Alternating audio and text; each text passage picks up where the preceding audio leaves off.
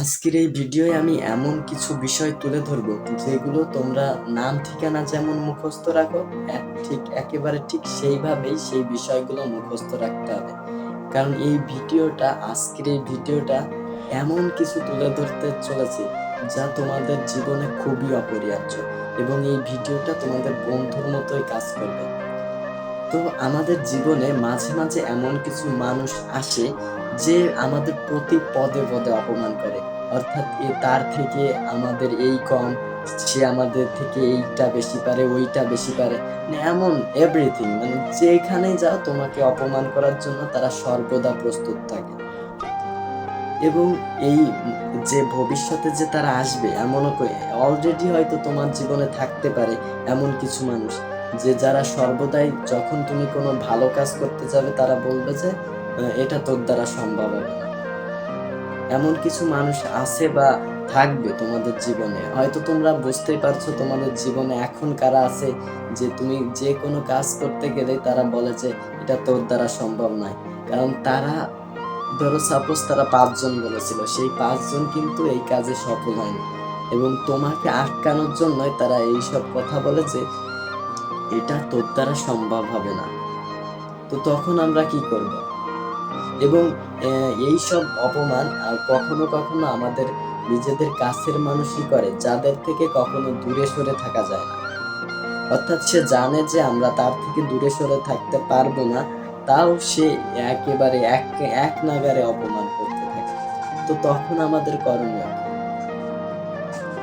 তো এমনভাবেই আমাদের জীবনে বিভিন্ন মানুষ আসবে এবং এসে গেছেও যারা আমাদের অপমান করবে। তো তাদের আমাদের এক কথায় উত্তর দিতে হবে যে আমার কাছে যেটা ভালো মনে হয় আমি সেইটা করব। কারণ আমার পয়েন্ট অফ ভিউ সেটা আমি বুঝতে পারছি যে সেটা কতটা ভালো। কিন্তু তার পয়েন্ট অফ ভিউ কিরকম সেটা তো আমি জানি না। সেজন্য নিজের পয়েন্ট অফ ভিউতে সবসময় অটল থাকতে হবে। অর্থাৎ আমি জানি যে আমি পারবো, তবুও অন্যর কথা শুনে কেন এই কাজ থেকে বিরত থাকবো? এবং আমি নিজে যদি খাঁটি থাকি তো অন্য কে কি বলবে এটা কোনো যায় আসে না। তো তোমরা একটু লক্ষ্য করো যে আমাদের আশেপাশে এমন কিছু মানুষ আছে যখনই আমরা কোনো ভালো কাজ করতে যাব তখন তারা পিছন থেকে বলবে কি যে এটা করার দরকার নেই, এটা করা উচিত নয়, মানে সামথিং এরকম বলতে থাকবে যাতে আমরা এই কাজটা না করি। কিন্তু আমার পয়েন্ট অফ ভিউতে আমি, অর্থাৎ আমার দৃষ্টিভঙ্গিতে যদি আমি অটুট থাকি এবং আমি মন থেকে যদি পরিষ্কার হই এবং আমি জানি যে আমি সফলতা পাবো, তো তাদের কথা চিন্তার করার দরকার নেই, অর্থাৎ তাদের কথা মাথায় আনার দরকার নাই, শুধু এ কান দিয়ে শুনবা আর এই কান দিয়ে বেরো করবা।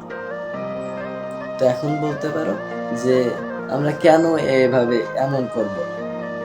অর্থাৎ আমরা তাদের কথা শুনবো না কেন? আমাদের এমনও অনেক বড় ভাই বা আরো বড়রা আছে যারা আমাদের এসব অ্যাডভাইস দেয়। তাদের কথা তো আমাদের শোনা উচিত।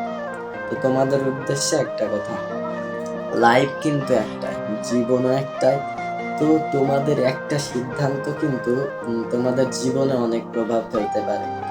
এবং তুমি আগে থেকে এমন একটা প্রস্তুতি নেবে যাতে তোমাকে ভবিষ্যতে গিয়ে কখনো পস্তাতে না হয় যে আমি তাদের কথা শুনেছিলাম বলে আমার এই অবস্থা হয়েছে, বা আমি নিজের কথা শুনিনি বলে আমার আজকে এমন পরিণতি। তো নিজেকে এমনভাবে গড়ে তুলবা যাতে ভবিষ্যতে যে নিজেকে কোনো, অর্থাৎ আফসোস না করতে হয়। এবং সেই জন্যই মূলত তাদের কথাগুলো তোমরা, মানে আবার একটা কথা যে তাদের কথা তোমরা কানে তুলবা না এমনও নয়। আমাদের অনেক বড় অনেক, মানে অনেক প্যারেন্টস বা গার্জিয়ান আছে যাদের কথা আমাদের শোনা উচিত। কিন্তু তুমি নিজে তো বোঝো যে কোনগুলো শোনা উচিত বা কোনগুলো শোনা উচিত না।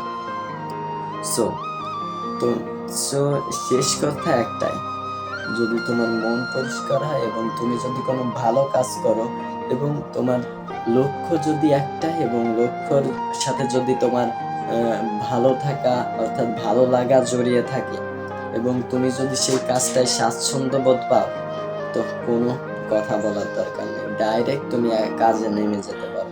পাশে লোকে কে কি বললো সেটা দেখার কোনো বিষয় নেই। So that's for today. I will catch you on the next day. Allah Hafiz.